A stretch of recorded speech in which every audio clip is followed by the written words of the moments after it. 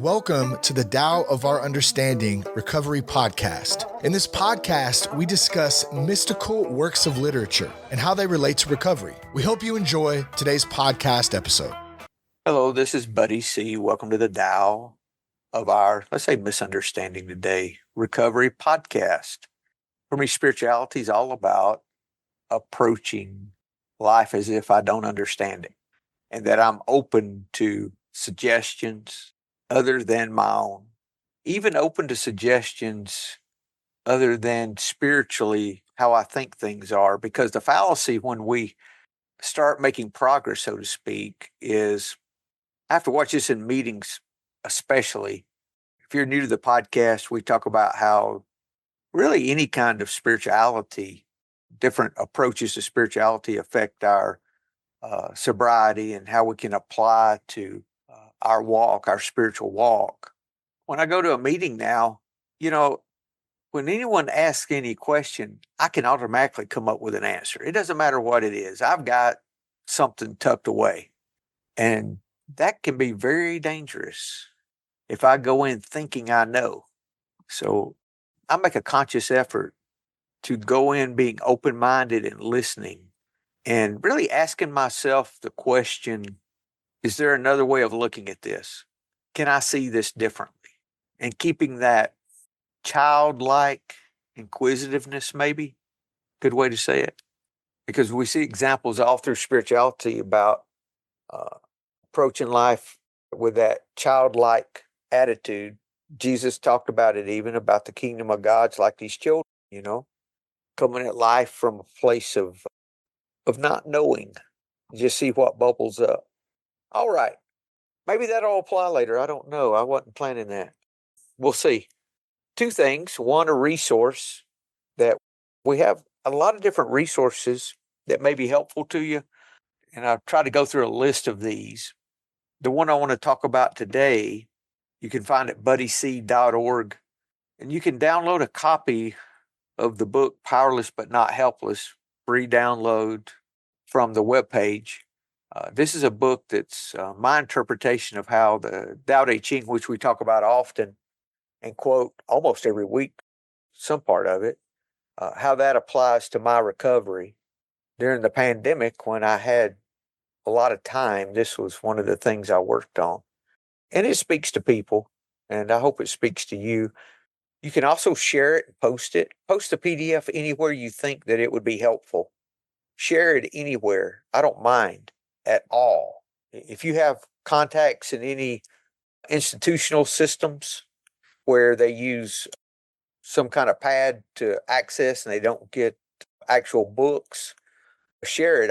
I've shared it with at least a couple that have contacted me. I think a couple out west wanted it, and I offer it to everyone. So I would love to get it into more institutions.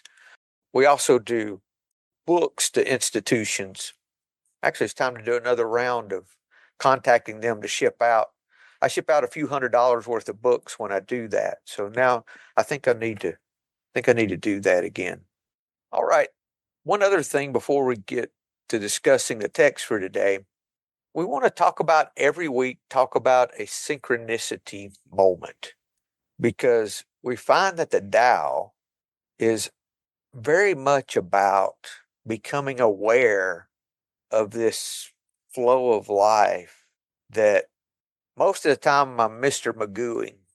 I don't realize what, I referenced that, and one of my friends that was a little younger said, I don't know, who's Mr. Magoo? I said, well, I'm aging myself.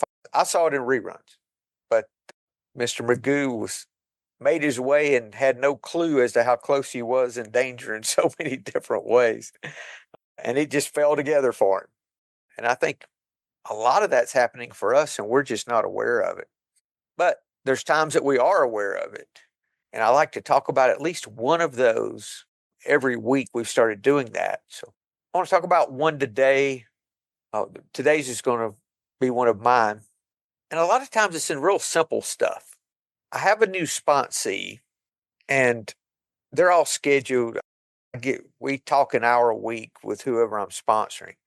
But his time is not yet automatic for me to know, oh, his day is this day at this time. So I have to watch my calendar, and I have neglected twice not in a row, twice in the last few weeks to forget that it was his time.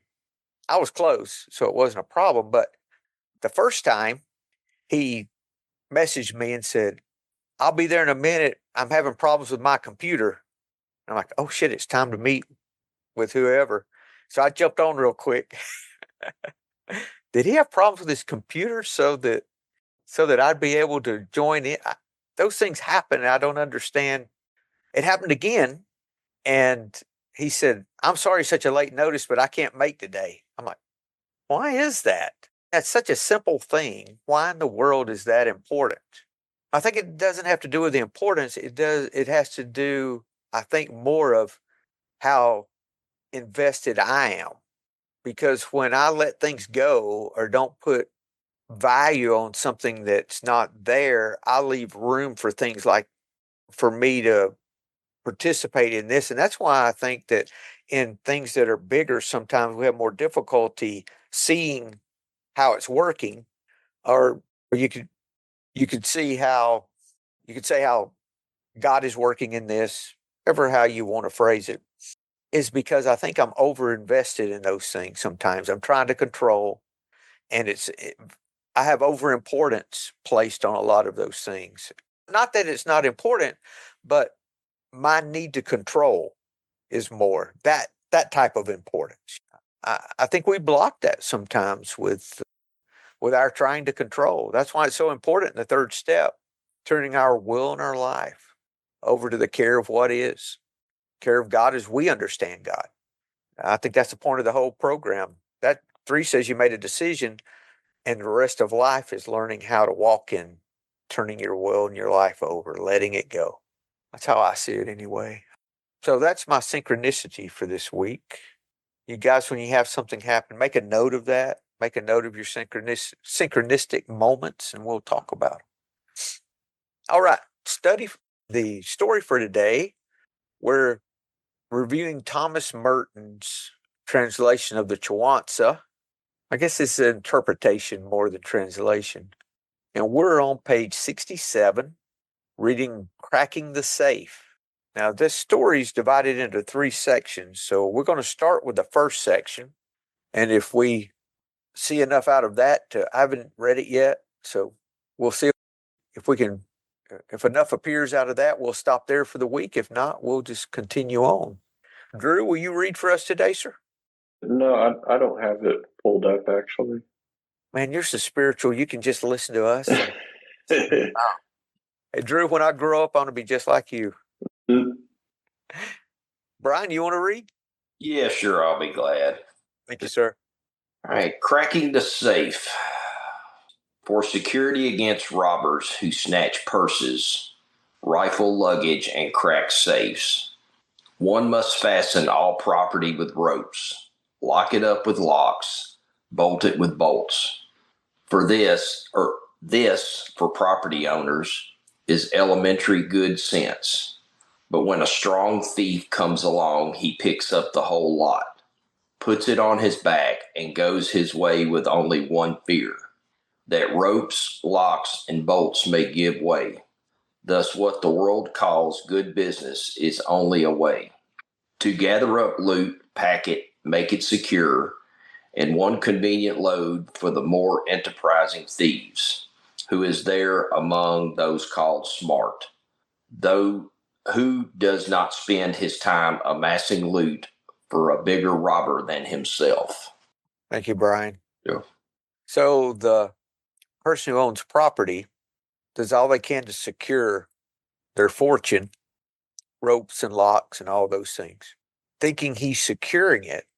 Then the thief comes along and picks up the whole thing and depends on the ropes and lock. The worry of the property owner, let's call these people just property owner and thief. Let's do that to make it easy. Then we'll say bigger thief. So the property owner secures his fortune, which makes sense. He's doing what would make sense to do. The thief comes along and depends on the same locks and ropes that the property owner did, but for the opposite reason. The property owner hopes, man, I hope my locks and all my ropes and all stay secure. Then the thief comes along, grabs it. He says, man, I hope these locks and ropes stay secure. Then that thief gathers up for the more enterprising thief to take from them and depend on the same locks and ropes. And I guess the moral of the story, who is there among those called smart who does not spend his time amassing loot for a bigger robber than himself? What if we looked at the thief as being fear? If the property owner, let's go back a second though. Let's say the property owner didn't lock all those things up. Could the thief pick up everything and run with it? Probably not. I don't know which would be the right thing to do. It says here that for property owners, it's good sense to do that. Or what if we looked at the ropes and locks as being the fear? That might be more applicable. We like to take these and do primarily the personal application. Okay, so why don't we look at the ropes being fear, ropes and locks. And this is all talking about myself. The way the thief steals everything is via the ropes and locks, even though the ropes and locks make good sense. So the property owner would be me. Let's say the thief is circumstances or just life, So we're experiencing life. We wrap life up in fear. We think that's the way to live, right? That's how I've always lived. We find when we get in the program, start working the steps, that we were ran by, what does it say, 100 forms of fear? We start seeing that in our 4th and 5th step. Then 6 and 7 help us to replace those fears, to realize that we have this compassionate nature within us that we every now and then might pop out. Like at Christmas, it's easy for it. What do you think the giving spirit is? It's probably the only time of the year most folks give without expecting in return in some form. So they feel good. I wonder why they feel good. It's because they're participating in their compassionate nature and don't realize it. That's the giving spirit. And the great thing is we learn we can just participate in that all year long, in every moment of the day if we choose to. What we have to do, the way it works for me is I choose compassion over fear in a situation. It's just one situation at a time, one moment at a time. So I'm much more likely to be able to do that than thinking I've got to do it the rest of my life or this or that, whatever. So I wrap up life in fear. And I can't understand why my life is stolen from me constantly. Drew? Yeah, I think we could do that analysis with replacing pride and ego in the place of fear. We've got ourselves wrapped up in pride and ego, and all it takes is one thief to come along and knock us down. If you don't live with all wrapped up in pride and ego, then there isn't much to be taken from you. And we know, Drew, that pride and ego are a form of fear. Yeah, other side of the coin. Yeah, that's good. Thank you. Yeah, Lou? I had a couple of thoughts when I first read it just now with you. It talks at one part about locking things up as elementary good sense. And I thought, well, it's contradictory from the rest of the story. But then I remembered that we had talked about not too many weeks ago about the difference between being prepared and planning and being anxious about the future, being prepared for the future, rather than being anxious about the future. And then, which took me to what you're talking about a little bit earlier, which is the book you have on the interpretations, which is powerless but not helpless. Might be powerless against somebody taking things from you or bad things happening in life, but doesn't make you helpless. You can still have preparations. You can still do those kinds of things. So that was a connection to some of the things we've talked about in the past. The other was the last two lines, who does not spend his time amassing loot for a bigger robber than himself. Not only bigger robbers, not only himself maybe, but there's a big robber called death. And you can amass lots and lots of things and worry about lots and lots of things, but this big robber called death is going to come along at some point. But the other stuff was a little trivial. So hey, Luke, what is the wealth that's being amassed? That's probably the first question to ask. That is a good question. Because that's if he's not amassing wealth, none of this is a problem. Yeah, that's right. And maybe the wealth he has is the non-attachment. Would be some non-attachment to stuff. Yeah, there's definitely an element of acceptance here. Yeah. That's what it seems like. That's what it's driving toward. There's a story from the Desert Fathers. I think I read it in the book called "Listen to the Desert Fathers," and there's this called mystic or monk, and he's in Egypt, and he came out and found some thief stealing his belongings, putting them on the back of a mule, and he just walked up and started helping him. Really? Pretending like he was a stranger, helping him put his own stuff on the thief's mule. And he was quoted as saying, "We've brought nothing into this world, and we can't take anything with us. The Lord has given, and as he has wished, so it has happened. As he has wished, so it has happened." Sometimes life wishes things, or the universe or the Tao or just normal events do things that we wish hadn't happened, but they do. That's all I got. If we're not looking at things, 'cause I have difficulty thinking there's no way I would do that in my present state. But I don't think it may be more asking or maybe more applicable if we look at that as acceptance is a way I could apply it right now, I think. Asking the two questions I ask myself or the two statements I use when there's an unacceptable situation. Sono, who said, "Thank you for everything. I have no complaint whatsoever. And I would not change blank, whatever it is, even if I could." Sitting with those two statements until they become more of a reality. Putting things on the mule would be, I would not change blank even if I could, I think. Yeah, that's good. Thank you, Lou.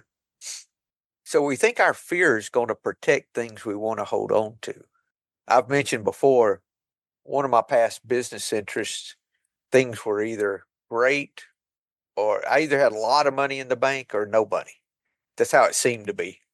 It really wasn't like that, but that's what I remember. I only remember the two extremes. I don't remember all the time it was in the middle. So. Buddy, what I'm hearing you say is you were either okay or not okay. Yeah, exactly. And I don't remember the time when it was okay. I remember when it wasn't okay. So I didn't have money to make payroll, and the money came in from sources I didn't expect. But I was afraid that I wouldn't have the money. And then when I got to the point to where I had a lot of money in the bank, I thought that fear would leave. But no, I was afraid, now how can I keep this money? The same fear was there. It just jumped to something else.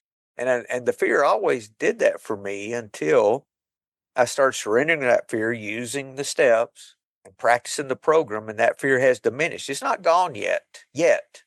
I think we can be free of those unreasonable fears that never come to fruition. Why do we continue to be trapped by those things? That could very easily be those ropes and locks. Can I use what I have if it's locked up? I can't. If someone came along and I felt like I needed to spend some money to do whatever, would that be easy for me if I have fear around that money? No, it'd still be locked up. Brian? I was thinking about that fear of economic insecurity. Yeah. And that that fear that I've made my last dollar. When I was in active addiction, I spent a lot of time in, I guess you could call it like workaholic ism.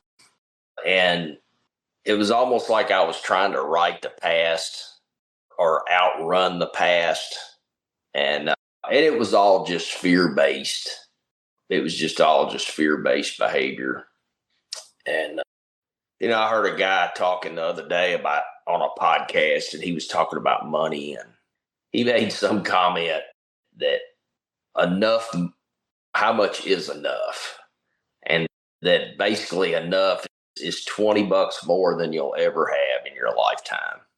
And he was talking about how you'll never feel that drive until you surrender it.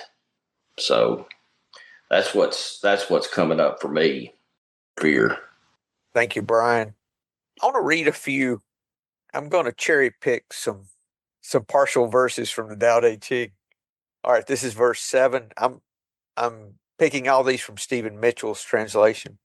Oh, by the way, I also have in the notes a link to an online version of the Tao Te Ching that you can pull up different translations. They have a number of translations in here. I'm trying to get my interpretation added to this if possible. If anyone uses this and would email the guy that does this and ask if he could add it, that would be great. I'd love to get it out for more people to use. Verse 7, the last half of the verse. The master stays behind. That is why she is ahead. She's detached from all things. That is why she is one with them. Because she has let go of herself, she is perfectly fulfilled. Definitely applies. Verse 2, therefore the master acts without doing anything and teaches without saying anything. Things arise and she lets them come. Things disappear, she lets them go. She has, but doesn't possess. That's the difference. Can we have but not possess? Can we use something without locking our cat claws on it? This is the end of verse 2 in the Mitchell translation. Things arise, she lets them come. Things disappear, she lets them go. She has but doesn't possess, acts but doesn't expect. That's getting into the acceptance, accepting what is. There's nothing I can change in this very moment. There's things I can plan to change in the future, but this very second, or as my Buddhist friends say, this kalpa, which there's 60,000 of those in every second, is best I understand how they put that together. Which meaning there's all these moments going on, like a film strip is how I see that. And we're just in that frame of that film strip. That's the moment for me. It's the ever-present moment. It's always that wave of the moment. It's one moment after another. And she doesn't expect something in future moments. She's let it go. And when her work is done, she forgets it. That's why it lasts forever. Yeah. Her forgetting causes it to last forever. She doesn't put expectations on it. What we do is just lock it up. We hold on. We don't let it go. Drew? Yeah, another Tao Te Ching verse that this reminds me of is 13, where it makes the metaphor about the higher up the ladder you go, the more dangerous it is. So the more you acquire, the more you have, the more you want, the more you have to lose. And just staying on the ground is the safer place to be. Thank you, Drew. Yeah, that one talks about hope being as hollow as fear. Hope in this regard is being expectations that something that the moment would be different than it is how I see it. That last stanza, see the world as yourself, have faith in the way things are. Acceptance. Love the world as yourself, then you can care for all things. See, before you can care for all things, it doesn't say God has to put love in you or you have to take care of yourself first. It says love the world as yourself. Then you can care for all things. Brian? I believe that's in the big book where it says, what is that? Acceptance is the answer to all my problems. Don't you hate that? Yeah. I'm like, damn it. Damn it, Jim. Yeah. Yes. Yes, that's it. It is. We're done. See you guys later. I even have that page marked with a tab that says 420. 420, yeah.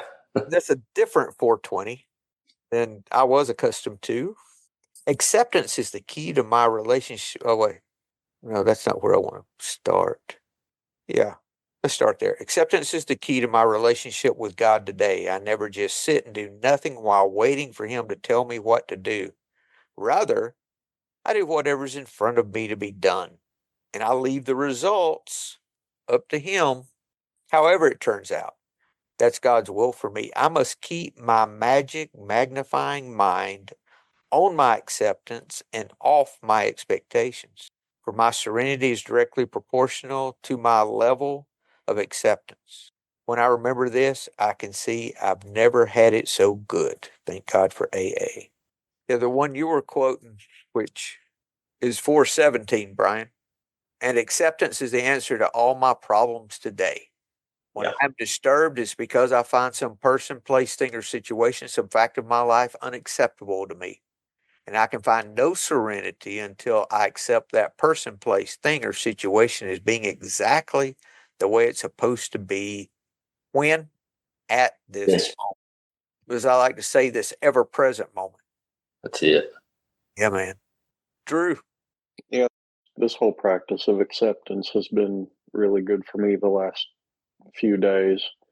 I've mentioned in here before, I've got a chronic pain condition, and it flared up on Thursday evening. And when it flares up, I know that I'm going to be in pain for several days, and I'm not going to be able to move without pain. I just have to stay lying down for several days in a row, and that's I'm not going to be doing anything other than that. And that caused me to miss getting together with extended family yesterday, which I really wanted to do. I'm just going to be lying on the couch for the next several days.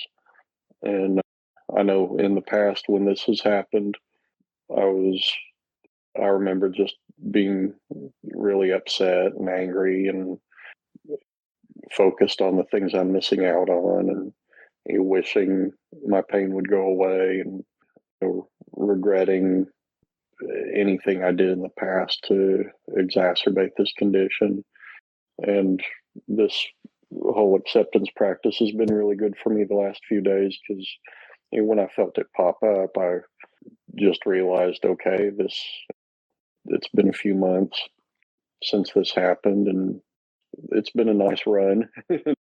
Not going through this for a few months, you I know what the future holds for me, and it's 4 or 5 days of being in pain and not moving and asking for help and allowing someone to take care of me, and just trying to make the most of it. I've got books that I need to read, and I can watch a movie or two that have been on my list for a while. And that's just how I've taken it the last couple of days, just in real acceptance mode and not really wishing anything would change. Just, it's not that I wish to be in this state, but I'm also not wishing that I could get out of it. Just, it is what it is. I'm in this condition. How can I not make it worse? That just being in the present moment helps me do the things that I know are good for me while I'm in this state, and it helps me not do things that I know are bad for me when I'm in this state. This whole practice and these meetings and just going over texts that are all about acceptance and present moment has been really beneficial while I've been in this state the last few days. This whole practice works. Thank you, Drew. Anything we can do, let us know. Appreciate it. So, wrapping this up. So, what is it we're trying to protect? And what is it that we're allowing our fears to keep us bound with? Really, for me, is the question on this. And how do we get rid of the thieves? If I'm not trying to, according to the Tao Te Ching, we can have without possessing. Maybe my trying to possess causes something to be accumulated that someone could steal. A difference between having and attaching, let's say. A couple of ways I could see that in the past, and I still, to a degree, have this to deal with assessing my value on my accomplishments. Used to, that was the only way I assessed my value. I have X, so that makes me an important person. And I can always find ways to rationalize it around when someone else had more. I could rationalize why mine's better, that kind of thing. That may be the difference between the things we think we need to protect.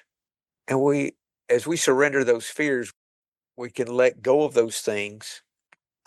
Because I can't use anything I have tied up in ropes and locks. So that's really not helpful to me as the owner, if I'm looking at it that way, at all. Because I can't use it if I've got it locked up.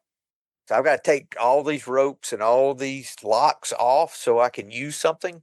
I just leave it locked up. What good is it then, Brian? Buddy, what I was thinking about was if going one step further than using it, if I've got all these ropes and locks on it, I can't enjoy it. Exactly. I can't let my guard down and enjoy it or even share it with anybody. Good point. Be in the present because I'm worried about losing it or I'm worried about it wearing out.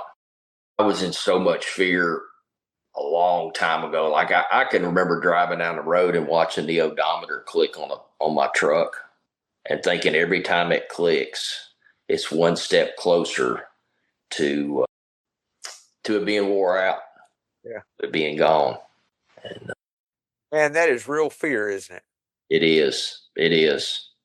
It is. And I've had to do a lot of work around That fear of financial insecurity, man, can eat fear of everything. Yeah. Yeah. I grew up here. One of my dad's famous quotes was, "One of these days, everything's going to go to shit." And hearing that as a little kid, and you're just thinking, here it goes. But yeah, being able to enjoy it. It's of no value. We think it's of value. We've got it locked up over there in the corner. Yeah. Value does that have? If we can't use it or enjoy it, or why do we have things anyway?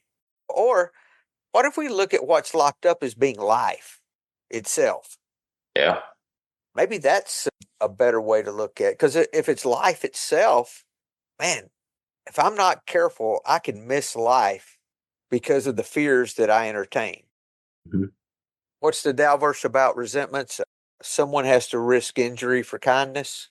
If you've got life locked up in fear, you're not going to risk an injury or a kindness. You're not going to do it. Huh. Man, that's good. Yeah. I'm going to sit back and pull my victim card and have a pity party. And we're not going to participate. Go to another meeting for that. We're not going to, that's not this meeting.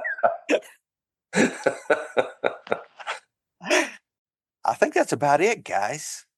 I'm going to stop on a high note. That's a high note there. Yeah.